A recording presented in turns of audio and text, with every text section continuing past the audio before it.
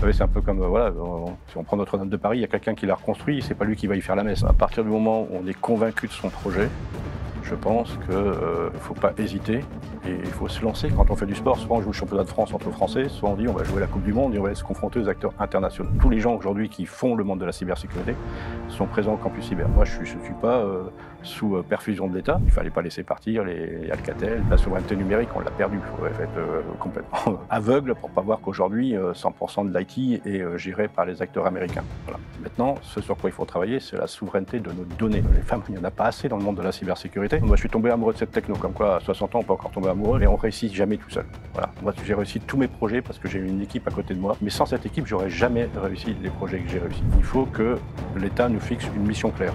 Pour moi, la mission aujourd'hui, elle n'est pas très claire.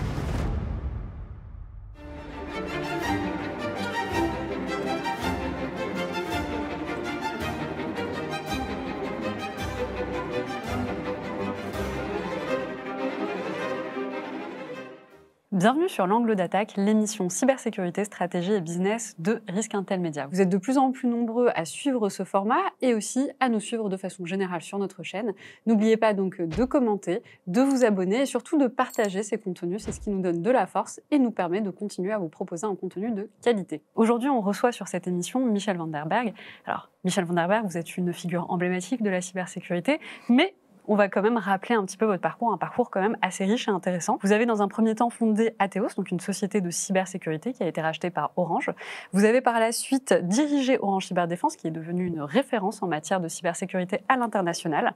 En 2019, à la demande d'Édouard Philippe, alors Premier ministre, vous avez créé le Campus Cyber, un lieu totem rassemblant les entreprises de la cybersécurité. Et vous avez présidé d'ailleurs ce campus jusqu'en décembre dernier.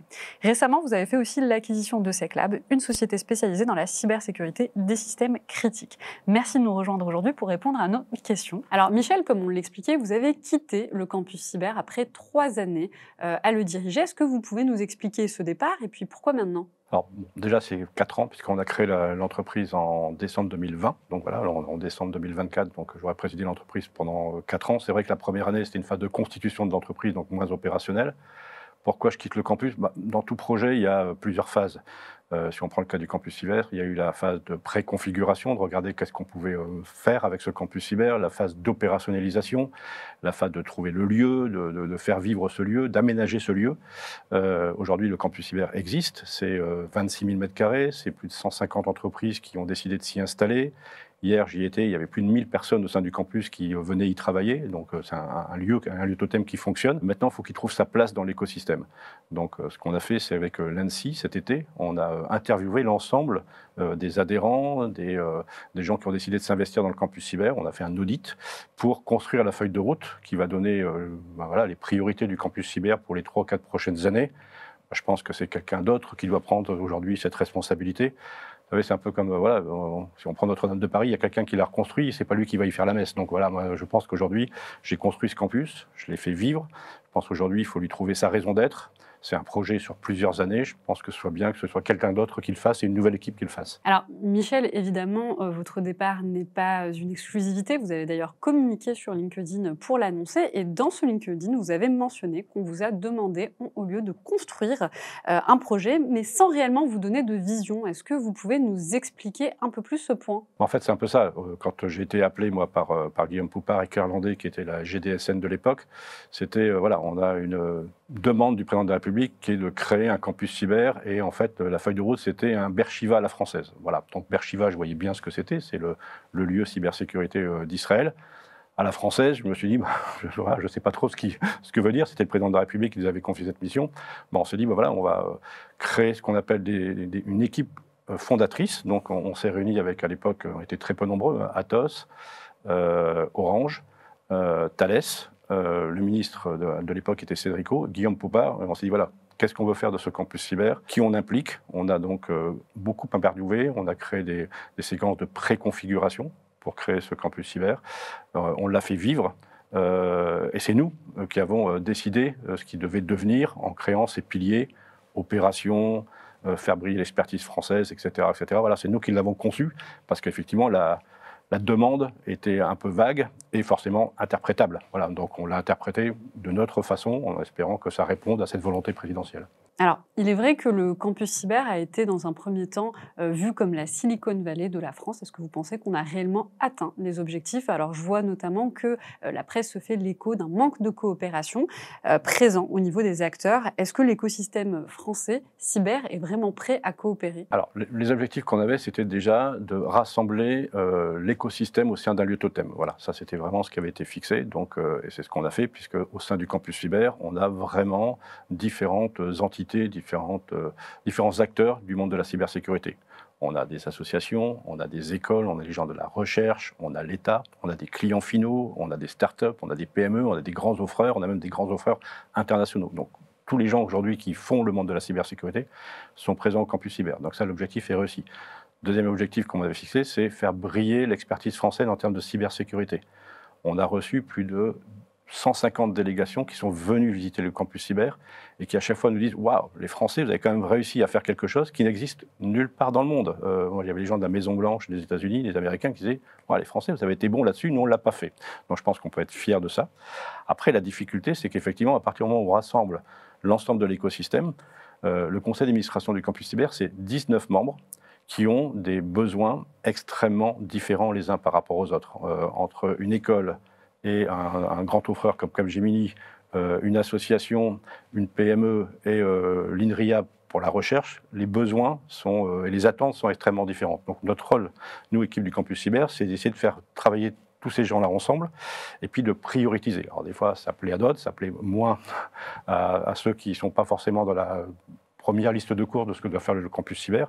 Voilà, donc c'est un peu ça aujourd'hui notre difficulté, mais on a réussi à faire des choses. On avait une mission qui était, par exemple, créer l'attractivité pour que les jeunes aient envie de faire le métier de la cybersécurité. On a bossé avec le ministère de l'Éducation nationale, avec la DGESCO, pour créer cette campagne d'affichage qu'on a vue dans le Transilien, dans le RER, etc., pour dire aux jeunes, venez, le métier de la cybersécurité, il y a plein de métiers différents. Certes, il y a hacker éthique, mais il y a plein d'autres métiers. Venez, parce qu'aujourd'hui, les jeunes ne sont pas forcément attirés par le métier de la cybersécurité. Ils se disent tous, ouais, c'est bien pour les gens qui sont très geeks, très techno, etc., etc. Deuxième métier, attirer les femmes. Les femmes, il n'y en a pas assez dans le monde de la cybersécurité. On parle de 15% de femmes. Je pense que vous faites quelques événements. En général, ce n'est pas tout à fait le ratio qu'on voit. Donc, il faut attirer les femmes parce qu'il y a voilà, on ne peut pas se passer de 50% de la population, et puis on a besoin aujourd'hui d'attirer tous les talents. On devait aussi travailler sur la sécurisation des entreprises les plus petites et les plus faibles. Donc on a monté un projet qui s'appelle Cybia avec la région Île-de-France, qui nous a financé un projet pour dire, voilà, vous êtes une petite entreprise, vous pouvez vous faire auditer par des experts en cybersécurité, qui vont vous dire, voilà, qu'est-ce qu'il faut faire pour pouvoir monter et baisser votre niveau de risque, et justement faire travailler les entreprises adhérentes du campus cyber pour aider ces petites entreprises à mieux se cybersécuriser. Voilà, j'ai plein d'autres exemples comme ça. On a créé ce qu'on appelle un studio des communs pour faire travailler les différentes entités ensemble, qui est managé par Fabien Gagné, et qui fonctionne extrêmement bien. Voilà, on a créé un wiki, on peut aller chercher des livrables, on a créé une base de stress d'intelligence commune, voilà, on a fait plein de choses. Donc je pense que l'objectif, il est plutôt réussi. Alors on parlait justement de coopération, vous avez cité quelques membres. Est-ce que c'est vraiment possible et envisageable d'ailleurs de faire coopérer des entreprises qui, pour certaines, sont potentiellement concurrentes? C'est un peu la difficulté, effectivement, c'est de dire, ouais, on doit travailler ensemble, il faut qu'on trouve des grands projets pour travailler ensemble. Puis on s'aperçoit que si on dit, par exemple, tiens, on va utiliser telle techno pour créer une offre commune, hop, là, il y a des gens qui disent, ouais, mais si tu fais ça, tu deviens concurrent à mon entreprise. Oui. Donc moi qui suis membre, le campus devient concurrent. Donc c'est un tout petit peu compliqué. Quand on dit, on va plus se lancer dans essayer d'influer l'État sur la régulation, les lois, etc., il y a des associations qui disent, ah ben non, ça c'est le rôle des associations, c'est pas le rôle du campus cyber. C'est un peu ça un moment qui m'a saoulé, pour être très franc, c'est de se dire, voilà, dès qu'on veut faire quelque chose, les gens te disent, bah non, nous on le fait déjà, on essaye de le faire déjà, donc il ne faut pas le faire. Donc c'est pour ça que cet audit était important. Je pense que c'est au conseil d'administration de maintenant de prendre ses responsabilités en disant, voilà, pour les 2 ou 3 prochaines années, les grandes missions du campus, ce sera celle-là, ce sera voté par le conseil d'administration et on aura une ligne directrice qu'on pourra mettre en avant. Alors, l'une des critiques notamment que j'ai pu entendre sur le campus cyber, ça va être la présence d'acteurs américains au sein du campus. Alors, je me pose la question, quand on voit que Mistral AI, par exemple, s'installe sans mal à Palo Alto, est-ce que de notre côté, on ne devrait pas faire pareil? Comment analysez-vous, vous, ces critiques? C'est exactement ça. Voilà. Quand on fait du sport, soit on joue le championnat de France entre Français, soit on dit on va jouer la Coupe du Monde et on va aller se confronter aux acteurs internationaux. Voilà. Donc je pense que... Et c'était aussi une demande qui avait été faite aussi à très haut niveau, qui a dit qu'il faut que ce soit un campus qui soit un campus international. Voilà. Donc c'est ce qu'on a fait. Après, je pense aussi que d'avoir des grands acteurs américains, en l'occurrence, qui soient présents, ça peut forcément aider les startups et les PME françaises, parce que si vous êtes repéré par ces grandes entreprises, ils ne vont pas forcément vous racheter, mais ils peuvent aussi parler de leur technologie, intégrer vos technologies au sein de leurs grandes offres, et je pense que ça, c'est extrêmement bon pour l'écosystème. Voilà, donc oui, j'assume, le campus, il est un campus international. On a accueilli des acteurs internationaux, étrangers, mais 100% de l'actionnariat, 100% de la gouvernance du campus cyber est faite par des acteurs français. Et il y a même quelques acteurs américains qui ont dit mais pourquoi on ne peut pas être justement dans le conseil d'administration, participer? Non. Donc il n'y a pas d'entreprise américaine dans le conseil d'administration? Voilà, aucune. Okay. Et ils ont un étage d'ailleurs dédié, les acteurs internationaux, et ils n'accèdent pas à tous les travaux, les projets qui sont faits au sein du campus cyber. Donc voilà, c'est vraiment un campus qui est gouverné par les acteurs français, mais ouvert sur le monde pour pouvoir justement créer ces collaborations. C'est très intéressant, Michel, vous utilisez le mot campus international. Et il est vrai qu'au moment de la communication, en 2019 en tout cas, quand on a parlé du campus cyber, ce que j'ai pu avoir comme retour de la part des experts, parce que moi aussi également j'ai pu entendre, je n'avais pas compris justement cette dimension internationale. Est-ce que vous pensez qu'il y a peut-être eu une mauvaise communication à ce niveau-là? Je pense que l'écosystème cyber français s'attendait surtout à voir rassembler des entreprises françaises, des pépites françaises. C'est un endroit qui rassemble les pépites françaises, mais qui est ouvert au monde. Voilà, je pense qu'effectivement, c'est toujours... Enfin, on parle beaucoup de souveraineté. Voilà. Donc après, il faut être très transparent et très lucide sur la souveraineté. La souveraineté numérique, on l'a perdue. Il faut être complètement aveugle pour ne pas voir qu'aujourd'hui, 100% de l'IT est géré par les acteurs américains. Voilà. Maintenant, ce sur quoi il faut travailler, c'est la souveraineté de nos données. C'est-à-dire aujourd'hui, il faut qu'il y ait quand même des données aujourd'hui qui soient protégées et qui ne soient pas à disposition de l'ensemble des gens qui ont envie d'y accéder. Pas forcément que pour des raisons de sécurité, mais parfois pour des raisons plus business. Voilà. Donc moi, je suis un fervent défendeur de la souveraineté de nos données, mais au niveau européen déjà, parce que je pense qu'au niveau français, on n'y arrivera pas. Mais après, il faut être lucide et ouvert sur le monde. Voilà. On parlait de Mistral, la première chose qu'ils ont fait, c'est de faire un partenariat avec Microsoft, parce qu'ils auront beaucoup plus d'impact en s'associant avec un grand acteur aujourd'hui qui fait un peu le marché de l'IT. Voilà, c'est ça qu'on doit faire. Moi, quand j'entends des gens qui disent les clients doivent acheter des technos françaises parce qu'on est français. Ben non, le client il achète des technos parce qu'elles sont de bonnes technologies, des technologies qui répondent à ses besoins. Et effectivement, si c'est français, c'est mieux. Mais le premier point qu'on doit se fixer, c'est de dire créons des technologies aujourd'hui qui soient pertinentes, qui soient innovantes. Créer le 6e ou le 7e EDR alors qu'on a déjà plein aux États-Unis ou en Israël, ça ne va pas servir à grand-chose, ça va être compliqué. Amener des technologies innovantes, je pense qu'on peut réussir. Maintenant, la difficulté, effectivement, c'est que aux États-Unis, dès que vous avez une pépite avec une techno innovante, vous levez facilement des fonds pour pouvoir aller très vite à l'international. En France, c'est plus compliqué d'obtenir justement ces financements. Et c'est peut-être ça qu'il faut qu'on travaille un peu ensemble. C'est très violent ce que vous dites là, Michel, c'est-à-dire qu'on a perdu le combat de la souveraineté. Alors, c'est pas tout à fait faux. Je pense que lorsqu'on regarde la présence, en tout cas l'omniprésence des solutions américaines sur le marché, on peut effectivement penser ce que vous avez dit. Et donc, finalement, si je comprends bien, face au fait qu'aujourd'hui, on a perdu cette souveraineté, on n'a pas finalement d'autre choix que de coopérer. C'est ce que vous dites. De coopérer, de travailler, de trouver des synergies, en fait. Ouais, et puis de réguler, c'est un peu, voilà, on dit, voilà, les Américains, ils innovent, les Chinois, ils copient, et les Européens, ils régulent. Bon, c'est un peu caricatural, mais c'est un tout petit peu ça. Donc voilà, donc on se dit aujourd'hui, il faut faire attention à ce que ce n'est pas parce que les infrastructures soient des infrastructures qui ne nous appartiennent plus que nos données doivent être accessibles à tout le monde. Et puis on voit, les Américains, ils sont quand même à aussi créer des lois en disant, en cas de crainte sur la nation, on va pouvoir demander aux hébergeurs de pouvoir récupérer les données. Il faut se protéger de cela, voilà, parce que ça, c'est extrêmement important. Et on le voit, il y a des initiatives qui sont intelligentes. Bleu, il y a, qui se crée avec Orange et Microsoft pour essayer de créer un environnement un peu souverain. Il y a Thales qui fait la même chose. Docapos qui va sortir son cloud aussi complètement souverain. Voilà, ça je milite pour ces choses-là. Maintenant, il ne faut pas rêver. Dans l'IT au quotidien, même si vous avez une technologie française, elle sera installée sur du Windows qui sera installé sur un PC Dell avec un processeur Intel, le tout sur un réseau géré par des acteurs américains. Voilà, donc voilà, je pense que oui, la souveraineté numérique, on l'a perdue. Il ne fallait pas laisser partir les Alcatel et des choses comme ça. Voilà, on ne va pas refaire l'histoire, mais en tous les cas, aujourd'hui, l'IT, il est à 98% gérées par nos amis d'Outre-Manche. D'accord. Et qu'en est-il des startups? Est-ce qu'elles ont suffisamment intégré le campus? Je pense que celles qui ont fait le choix de s'installer au campus cyber et d'en être résidents et d'y installer leur siège social, elles en ont bénéficié. Voilà, je pense qu'une société par exemple, comme Gatewatcher qui a dit, voilà, au début, c'est un pari, hein, parce que c'était un peu plus cher que de s'installer dans un centre d'affaires, etc., etc. Il a dit, OK, je viens au campus, je joue le jeu. Effectivement, dès qu'il y a une délégation internationale, étatique ou commerciale, ils font partie des gens qu'on va visiter. Donc les gens qui sont au campus, Tetris, YesWiac, etc., etc., je ne peux pas tous les citer, bénéficient aujourd'hui de la visibilité du campus. Et dès qu'on a des visites intéressantes, on montre aujourd'hui ces pépites. Ça leur permet aussi de pouvoir proposer leur technologie, discuter sur les attentes des clients finaux.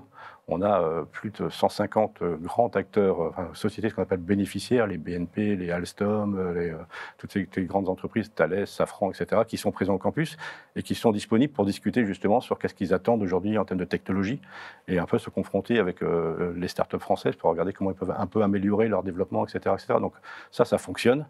On peut mieux faire encore, plus créer de dialogue, c'est ce qu'on doit faire la nouvelle équipe qui prendra le campus cyber. Alors justement, vous parliez de Gatewatcher, vous avez dit c'est vrai que c'est un prix peut-être un petit peu plus onéreux de partir au campus que d'avoir en fait ses locaux ailleurs. Est-ce que vous avez mis des choses en place pour permettre à ces startups qui n'ont peut-être pas les mêmes moyens que les grandes entreprises de se permettre d'être présentes au campus? Alors on avait créé justement des packages particuliers pour les startups et les PME avec des réductions de plus de 30% pour qu'ils puissent s'y installer. Voilà.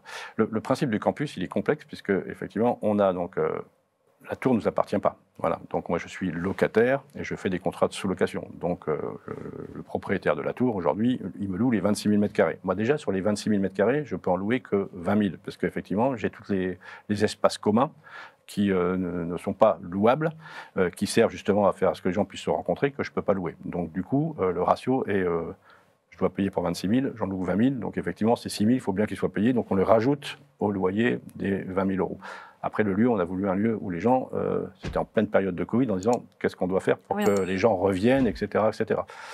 On est, allez, je vais dire, toute charge comprise, aux alentours de 700 euros le mètre carré. Ce n'est pas non plus complètement exorbitant. Ce qu'il faut, c'est travailler sur le ROI. À partir du moment où, en venant au campus cyber, vous récupérez plus d'affaires, plus de deals, et ça permet de faire de la croissance au niveau de votre entreprise, le calcul, il est vite fait. Donc ça aussi, ça fait partie de la feuille de route qu'il faut remettre en place au sein du campus cyber. C'est mieux soigner les résidents et travailler avec eux. C'est quel est le ROI qu'ils sont venus chercher en venant au campus cyber pour qu'ils aient envie de continuer et pas, comme certains, envie plutôt de partir. Alors justement, là, vous donniez quelques éléments sur la structuration. C'est vrai qu'on vous associe beaucoup au campus cyber, mais finalement, le campus cyber, ce n'est pas vous.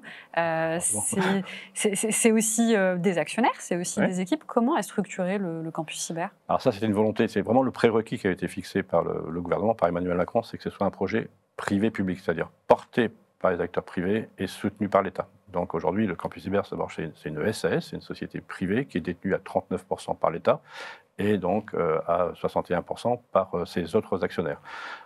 On a différentes typologies d'actionnaires. Donc on a ce qu'on appelle les bénéficiaires, ce sont les clients finaux, dont j'ai cité tout à l'heure, qui sont rentrés au niveau du campus cyber dans l'actionnariat à hauteur de 100 000 euros. Mais on voulait que tout le monde puisse être actionnaire du campus cyber. Donc les PME, c'était 30 000. Les toutes petites entreprises, c'était 10 000 euros. Pour que justement, on puisse avoir un actionnariat qui soit représentatif de l'ensemble de l'écosystème. Et ensuite, c'est donc géré par un conseil d'administration. Et là aussi, on a pris des risques en disant, on ne va pas faire un conseil d'administration avec 3-4 boîtes. Aujourd'hui, il y a 19 administrateurs, il y en aura bientôt 20 parce qu'on va faire rentrer ce qu'on appelle les campus territoriaux, qui aujourd'hui représentent leur collège, c'est-à-dire leur verticale au sein de la cybersécurité pour faire valoir leurs droits au sein du campus cyber. Donc c'est vraiment une société qui fonctionne de façon privée, avec un actionnariat qui est privé-public et avec géré comme une propre entreprise. C'est-à-dire que moi, je ne suis pas sous perfusion de l'État. C'est-à-dire qu'à la fin de l'année, si les résultats sont négatifs, c'est les actionnaires qui doivent remettre au pot. Et moi, je m'étais engagé à dire il faut que le campus cyber soit une société rentable. Donc la première année, très compliquée, parce que moi, je louais la tour que j'étais en train d'aménager, donc je payais des loyers, mais je n'avais pas de revenus. Donc on a perdu à peu près 900 000 euros. Les 2 années suivantes, on a fait à ce qu'on puisse être rentable. Et voilà, aujourd'hui, le campus cyber, c'est à peu près 20 millions d'euros de chiffre d'affaires et c'est 700 ou 800 000 de rentabilité nette, ce qui fait qu'aujourd'hui, voilà, on a une entreprise qui peut Au moins ne pas redemander tous les 2 ou 3 ans du financement auprès de ses actionnaires. Alors, Michel, je pense que vous touchez du doigt un point important, vous parlez d'entreprise. Or, quand le campus cyber a été annoncé, il a été perçu par l'écosystème comme une initiative gouvernementale, étatique, et donc pas avec une logique de rentabilité. Mais quand on parle d'entreprise, hein, Michel, quand vous me racontez un petit peu la structuration, forcément une entreprise a besoin de faire des bénéfices, et c'est peut-être là où il y a eu peut-être une inadéquation entre l'attente peut-être de l'écosystème de la cybersécurité et la manière dont fonctionne, d'un point de vue très financier, hein, le campus cyber. Effectivement, on peut pas. Moi, si jamais on me dit, Michel, tu peux aujourd'hui faire des loyers à moins 50%, ne t'inquiète pas, l'État compensera les pertes que peuvent arriver au campus cyber. Moi, je suis le premier à vouloir le réaliser. Je pense que quand on entend parler un peu des problématiques de caisse de l'État, je pense que ce n'est pas la tendance. Donc, le but, c'est pas de faire un campus cyber qui soit extrêmement rentable, on ne va pas faire ensuite une entrée en bourse, etc., et distribuer des dividendes, mais il faut qu'on soit à l'équilibre, c'est ce que j'ai essayé d'exprimer, 20 millions d'euros de chiffre d'affaires, 600 000 ou 800 000 euros de résultats, ça permet justement de faire à ce qu'on atteigne une rentabilité, et puis qu'on puisse aujourd'hui continuer à faire grandir le campus cyber sans forcément redemander aux actionnaires tous les ans de remettre au pot, parce que je pense que très très vite, ça ne fonctionnera pas. Voilà. Donc je pense que c'était clair dès le début en disant Campus Cyber, c'est une entreprise privée-publique. L'ANSSI le rappelle assez souvent d'ailleurs en disant le Campus Cyber, ce n'est pas un lieu étatique. C'est un lieu aujourd'hui de rassemblement des structures privées et publiques pour faire travailler les acteurs privés ensemble, entre eux, travailler les acteurs privés aussi avec l'État pour essayer de faire monter le niveau de cybersécurité de la France. Donc, Alors justement, c'est ma question. Est-ce que réellement dans le modèle actuel, un modèle financier, économique, le modèle d'une entreprise, est-ce qu'on peut imaginer un succès du campus cyber dans les années à venir ou est-ce que quelque part le modèle ne le permettra pas? Est-ce qu'il ne faudrait pas transformer cette démarche en projet complètement, entièrement public? Alors je pense que ce n'est pas du tout la tendance aujourd'hui. Il faudra peut-être interviewer Vincent Struvel, mais je pense qu'aujourd'hui, il y a déjà des entités étatiques. Il y a l'ANSSI, il y a les 6 heures, il y a cybervarguance.gouv.fr. Il y a des tas de choses qui existent aujourd'hui. Donc je pense qu'on ne va pas rajouter une entité. Non, je pense que le succès du campus aujourd'hui, c'est de définir effectivement entre les différents acteurs sa feuille de route, quelle est sa raison d'être, son positionnement au sein de l'écosystème de la cybersécurité et de faire ensuite à ce que les gens soient alignés et travaillent ensemble pour pouvoir y arriver. C'est une réussite magnifique quand même. Donc voilà, et on voit que quand il y a des projets qui nous sont confiés, effectivement, très très vite, on arrive à les mettre en œuvre. Quand je parlais de ce projet aujourd'hui de sécuriser les petites entreprises de la région Île-de-France, ça marche, ça fonctionne. Il y a quelques mois, on nous a demandé de construire une offre pour pouvoir proposer une offre de création de SOC pour l'Ukraine. Voilà, on a rassemblé très vite les acteurs qui étaient présents au sein du campus cyber et en 10 jours, on avait sorti une offre cohérente qui a été acceptée par l'Ukraine. Quand on nous demande de positionner et de faire travailler les acteurs ensemble, ça marche extrêmement bien. Pour ça que moi je mettais un moment dans le challenge disant il faut que l'État nous fixe une mission claire. Pour moi, la mission aujourd'hui, elle n'est pas très claire. D'accord. Alors, est-ce que vous avez une idée de qui sera votre successeur et puis peut-être quelques conseils à lui donner en ces temps d'instabilité politique et économique? Alors, j'ai aucune idée de qui sera mon successeur et je pense que voilà, on va travailler. Donc, on m'a demandé de rester le temps de trouver justement le ou les successeurs pour pouvoir reprendre la direction du campus cyber. Voilà, on s'oriente quand même sur le fait de dire qu'il y a quand même 2 profils différents à mettre en place. Il faut quand même un profil qui soit une sorte de pour pouvoir faire à ce que les adhérents, les gens qui travaillent au quotidien et qui ont choisi de s'installer au campus cyber, se sentent bien, qu'on réponde à leurs attentes, qu'on les fasse vraiment travailler ensemble et qu'ils soient un peu plus écoutés. Donc je pense que c'est un rôle un peu de grand orchestrateur, mais c'est aussi bien sur les projets, on va dire, coopératifs, etc., mais aussi c'est sur le quotidien. Est-ce que effectivement les gens se sentent bien au campus cyber? Qu'est-ce qu'on peut faire pour l'améliorer, etc., etc. Donc ça, c'est un profil très différent.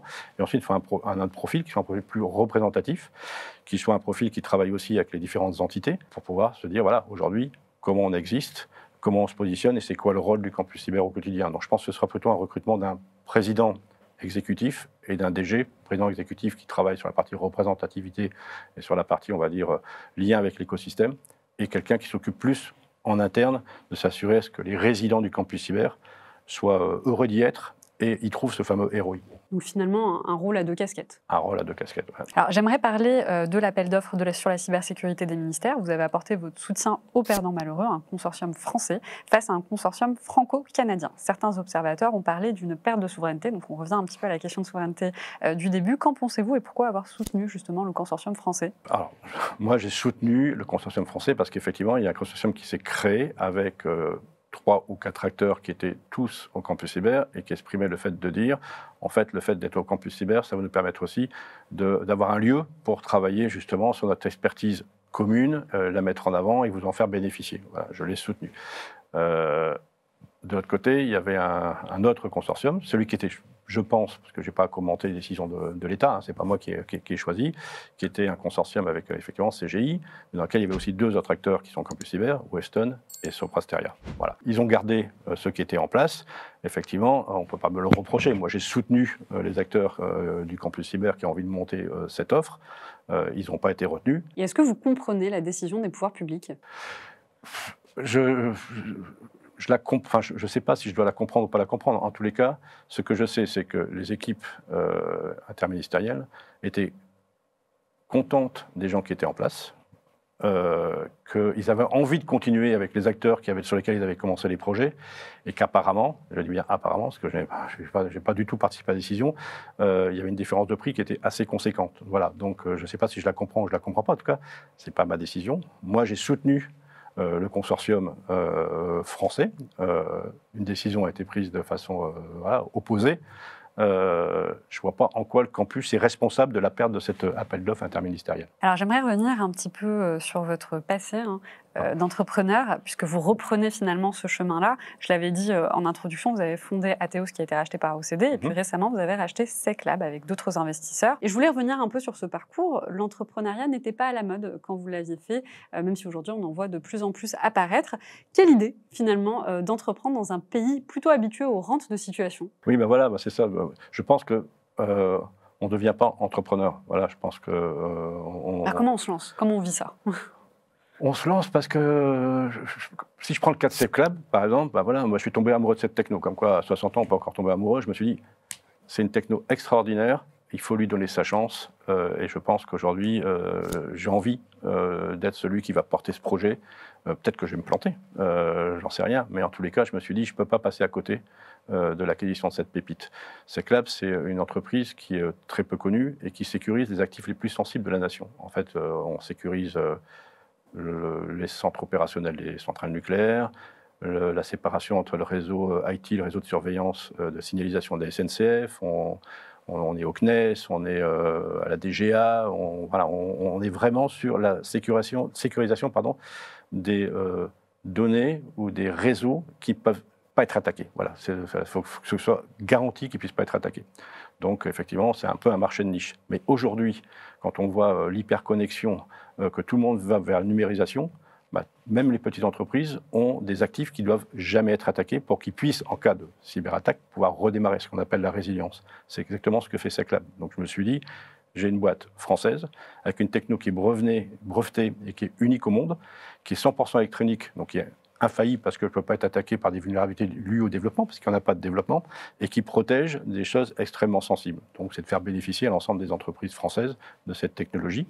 Et puis, 2, d'aller aussi très vite à l'international. Donc, c'est pour ça que je me suis associé à des grands acteurs français pour pouvoir dire, aujourd'hui, donnons-nous les moyens d'aller tout de suite et très très vite à l'international.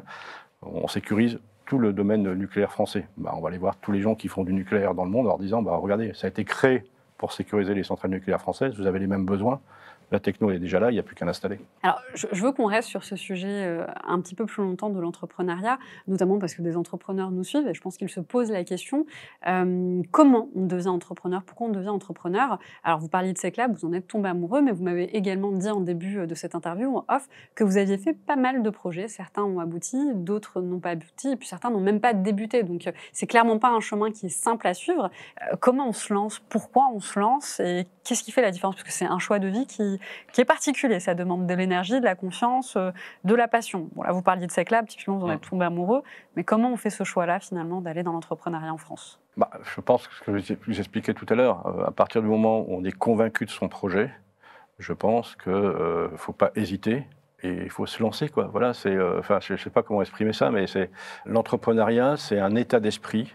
C'est le fait de dire, je vais réussir à construire et embarquer des gens. Voilà, parce qu'effectivement, l'entrepreneur, on cite toujours une personne, mais on réussit jamais tout seul. Voilà, moi, j'ai réussi tous mes projets parce que j'ai eu une équipe à côté de moi. Qui me suit d'ailleurs depuis très longtemps, et cette équipe en laquelle j'ai 100% confiance, mais sans cette équipe, j'aurais jamais réussi les projets que j'ai réussi. Voilà, donc je pense que c'est envie d'emmener les gens. Moi, je suis un ancien sportif, voilà, et je pense que c'est exactement ça l'entrepreneuriat. Je jouais au volleyball, voilà, et à bon niveau, et effectivement, au volley, on voit le gars qui met le smash, qui met l'attaque, effectivement. Mais le gars, alors c'est lui qui applaudit. Mais le gars, il n'aurait jamais pu réussir s'il n'y a pas eu une bonne défense et un passeur qui l'a démarqué pour qu'il ne se fasse pas contrer. C'est ça, aujourd'hui, l'entrepreneuriat. C'est de dire, voilà, il faut quelqu'un qui soit à la tête de proue. Il faut une belle équipe. Puis c'est un état d'esprit d'être conquérant et de se dire, bah voilà, il n'y a pas de raison. Moi, j'ai envie d'aller jouer au plus haut niveau et me confronter à des adversaires plus fort que moi. C'est ça, c'est un état d'esprit. Je ne sais pas comment l'exprimer autrement. D'être bien entouré et résilient, finalement. Mais voilà, c'est extrêmement important, voilà. Et puis de se faire aider, voilà. Et donc, effectivement, ce qui manque peut-être un peu en France, c'est des fonds d'investissement qui sont aussi entrepreneurs que l'entrepreneur lui-même, voilà, pour justement être aidé. On prend les exemples en cybersécurité d'Israël, par exemple. On dit les boîtes israéliennes, elles réussissent extrêmement bien et extrêmement vite. Pourquoi ? Un, parce qu'ils n'ont pas de marché local. Donc de toute façon, ils sont obligés d'aller très très vite à l'international. Et deux, quand ils vont aux États-Unis, ils sont extrêmement bien accueillis et extrêmement aidés. Faisons pareil, voilà. Aujourd'hui, nous, les boîtes françaises, il faut arrêter de dire aux clients achetez français parce qu'on est français. Non, il faut dire voilà, la techno, elle est unique. Et donc aujourd'hui, vous pouvez l'installer parce qu'on n'a pas d'autres qui existent. Et très vite d'aller par verticale, par exemple la banque, l'industrie, etc., la santé, acquérir de nouveaux clients et les acquérir très très vite à l'international. Vous avez dit tout à l'heure qu'avec Seclab, vous souhaitiez justement conquérir l'international. Et ça fait un peu écho à ce qu'on disait au départ par rapport aux entreprises qui souhaitent s'internationaliser. Est-ce que vous pensez qu'il est encore possible pour la France de conquérir l'international ? Parce que j'ai l'impression qu'il y a vraiment une sorte de défaitisme face à ça. En tout cas, les entreprises françaises n'ont pour certaines parfois pas l'espoir de pouvoir dépasser en fait les frontières de la France. Bon, moi je vois des entreprises au campus cyber qui ont décidé à l'international et qui fonctionnent plutôt bien. On peut citer le cas d'ISUIA qui aujourd'hui quand même travaille pas mal à l'international. Il y a Gatewatcher dont je parlais avec Jacques Delarivière qui commence à bien réussir aussi à l'international. Donc voilà, je pense que le campus pourrait servir à ça aussi, d'y aller grouper. C'est de se dire que plutôt que l'entrepreneur se dise « Allez, hop, je vais conquérir tel marché, je vais essayer de trouver un bon partenaire ou un bon commercial là-bas, je vais prendre des locaux, etc. etc. » Il va se retrouver encore plus seul qu'il est déjà un peu seul en France. Si on pouvait dire, bah, tiens, on crée une sorte de lieu totem où on dit, bah, tiens, on se met chez n'importe quoi, moi, à Singapour, et on dit, il y a un lieu dédié aux entreprises françaises qui viennent s'installer et puis peuvent partager, parfois même s'échanger les leads quand ils vont en clientèle. Ça ne concerne peut-être pas ma technologie, mais tiens, il y a un projet pour toi. Je pense qu'on pourra avancer un tout petit peu plus vite. Et deux, je pense qu'après, il faut le faire. C'est ce que je vais essayer de faire avec Seclab, en disant, je ne vais pas aller conquérir voilà, le monde parce que je suis extrêmement fort. C'est de dire, voilà, je reprends notre exemple, nous, on va y aller en disant, on va y aller par vertical. On est très fort dans le nucléaire. On va aller se servir de nos références sur le nucléaire pour aller dire, bah, voilà, ça a été construit, Seclab, pour travailler sur la sécurisation des centres opérationnels et centrales nucléaires. Vous en avez besoin. On peut vous mettre en relation avec EDF qui l'a fait extrêmement bien. Ça fonctionne. En 3 mois, j'ai signé les Philippines, j'ai signé le Vietnam et j'ai signé l'Allemagne. Voilà. Donc, quand on va attaquer un marché avec une technologie qui est pertinente et dans laquelle on n'a pas trop de concurrents, on peut y arriver. Donc, après, c'est de continuer à créer des références dans les verticaux qu'on veut adresser, par exemple la banque, la santé, faire à ce que nos clients soient porteurs aujourd'hui de nos technologies pour ensuite aller les attaquer au niveau international. Alors pour cette dernière question justement d'émission, j'aimerais qu'on reparle d'un de vos projets, un autre de vos multiples projets, notamment celui des RIAMS. Alors certains experts en cybersécurité l'appellent le Davos de la cybersécurité. Est-ce que vous pouvez nous en parler un petit peu plus et puis me dire est-ce que les conversations sont aussi secrètes que celles qui se font notamment chez Davos ? Pourquoi les gens disent que c'est un peu le Davos de la cybersécurité ? C'est parce que l'événement s'appelle les RIAMS et les RIAMS en fait on a fait un choix au départ qui était de dire on crée un événement pour les très grandes entreprises entreprises françaises. Alors pas par snobisme en disant « t'as vu, j'ai le top 100 des entreprises », c'est parce que quand on déploie une technologie de cybersécurité, c'est pas la même façon de la déployer quand on est 500 ou quand on est 100 000. C'est plus compliqué. Pour certaines entreprises en plus qui ont des data centers un peu partout dans le monde, la mise en œuvre d'une technologie est complètement différente que quand on est franco-français ou sur une petite volumétrie. Donc c'était ça le but au début d'Iriam, c'est de se dire, je prends les CISO, les patrons de la cybersécurité du top 100 et des plus grosses boîtes françaises, et ça fonctionne sous forme de retour d'expérience. C'est-à-dire, on dit, ben voilà, moi j'avais telle problématique, et du coup, voilà comment je l'ai résolu avec telle technologie, et voilà comment j'ai réussi à faire fonctionner les technologies, comment j'ai réussi mon projet, voilà les écueils que j'ai rencontrés, etc., etc. Alors on le ferme parce qu'effectivement, une année, j'ai fait venir des journalistes, et ils ont regardé que ce qui ne marchait pas chez les clients. Donc effectivement, ce n'était pas top pour l'événement, donc on s'est complètement fermé sur nous-mêmes. Et maintenant, l'intérêt d'Iriam, c'est qu'effectivement, quand vous réunissez les top 100 des grands acheteurs pour les partenaires qui sont présents et qui savent un peu leurs besoins et sur quoi ils vont investir dans les années suivantes, bah, effectivement, ça peut définir un peu les tendances au niveau du marché français et de se dire aujourd'hui, voilà, on sent qu'il y a un grand engouement pour telle technologie, pour telle analyse de risque, etc., etc. Et c'est ça le but d'Iriam. Donc, on se réunit tous les ans pendant 4 jours.